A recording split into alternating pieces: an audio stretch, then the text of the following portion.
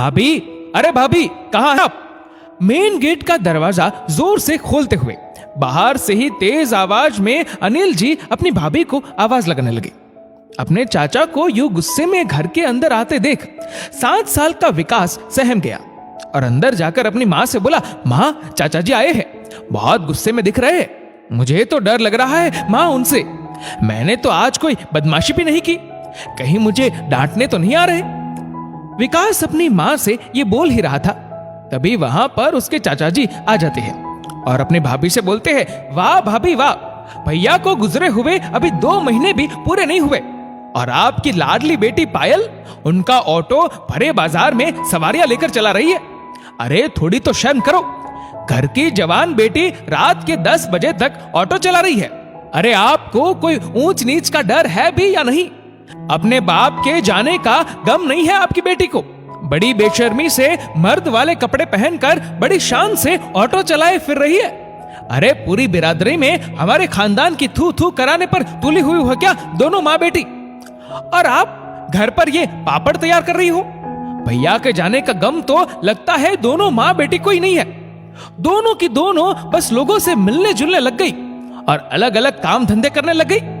अरे थोड़े दिन तो भैया का गम मना लेते। पूरे रिश्तेदारों में आप दोनों हमारी जग हंसाई करा रही हो। इसी बीच पायल किसी जरूरी काम से घर पर आ गई। उसने अपने चाचा जी की सारी बातें सुन ली।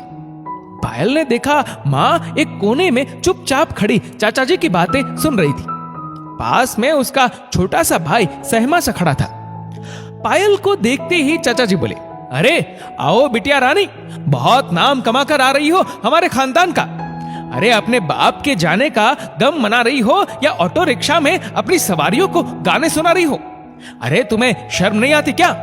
ऐसे मर्दों के जैसे कपड़े पहनकर रात के 10-10 बजे तक ऑटो चलाते हो? पायल ने अपने चाचा जी को घुरती हुई आंखों से देखा और बोली, अपने पिता के जाने का गम है चाचा जी, पर उस गम से अपने भाई और माँ को खाना नहीं खिला सकती। माँ के किडनी के इलाज के लिए दवाइयां चाहिए, विकास की स्कूल फीस चाहिए। माँ अपने सुहाग का और हम दोनों बच्चे अपने पिता के जाने का गम मनाते रहेंगे, उनको याद करते रहेंगे, पर हमारी आर्थिक जरूरतों की मदद के लिए कोई भी रिश्तेदार आगे नहीं आएगा। चाचा जी, आप किस मुंह से बात कर रहे हो? पापा के जाने के बाद इन 2 महीनों में आप आज सिर्फ हमको ये खरी खोटी सुनाने आए हो।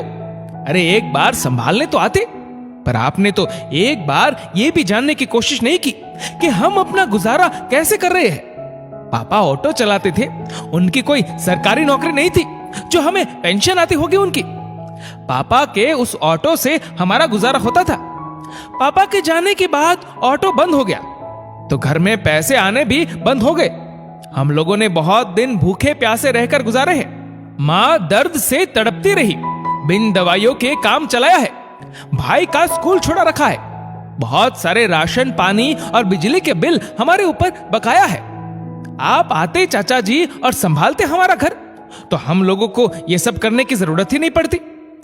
पायल ने अपने चाचा की आंखों में आंखें डालते हुए कहा, हमारा घर खर्च आप उठा लीजिए चाचा जी।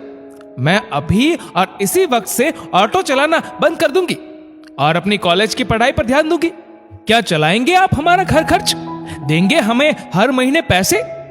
अगर आप ये कर सकते हैं तो मैं आपकी 2 बात सुनूंगी, नहीं तो चले जाइए आप यहां से। और मुझको और मेरी माँ को परेशान करने की कोई जरूरत नहीं है। हम लोगों को हमारा घर चलाना है। आपके जैसे उपदेश देने वाले लोग किसी की मजबूरियों को नहीं समझते, बस आ जाते हैं समाज का ठीकरा फोड़ने के लिए।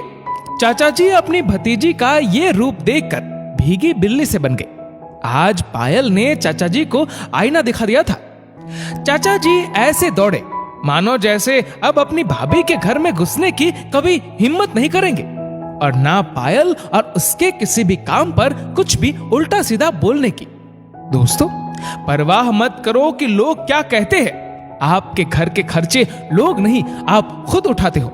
इस वीडियो को लेकर आपकी क्या राय है नीचे कमेंट करके जरूर बताएगा। और अगर आपको वीडियो अच्छा लगा हो तो वीडियो को लाइक करेगा, शेयर करेगा ज्यादा से ज्यादा लोगों तक। और ऐसे ही और भी इंस्पिरेशनल वीडियोस के लिए सब्सक्राइब करें हमारे यूट्यूब चैनल को और फेसबुक पर फॉलो करें हमारे पेज को। धन्यवाद।